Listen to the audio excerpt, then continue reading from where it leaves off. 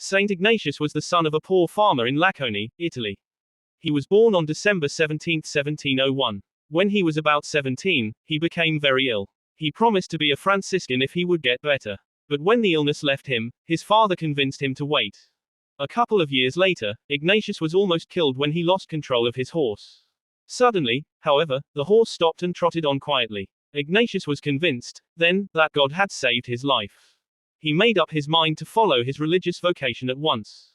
Brother Ignatius never had any important position in the Franciscan order. For 15 years he worked in the weaving shed. Then, for 40 years, he was part of the team who went out from house to house. They requested food and donations to support the friars. Ignatius visited families and received the gift. But the people soon realized that they received a gift in return.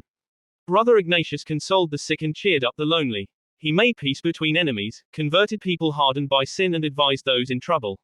They began to wait for his visits. There were some difficult days, too. Once in a while, a door was slammed in his face, and often the weather was bad. Always, there were miles and miles to walk. But Ignatius was dedicated. Yet people noticed he used to skip one house. The owner was a rich moneylender. He made the poor pay back much more than they could afford. This man felt humiliated because Ignatius never visited his home to ask for donations. He complained to Brother Ignatius's superior. The superior knew nothing about the moneylender, so he sent Ignatius to his home. Brother Ignatius never said a word, but did as he was told.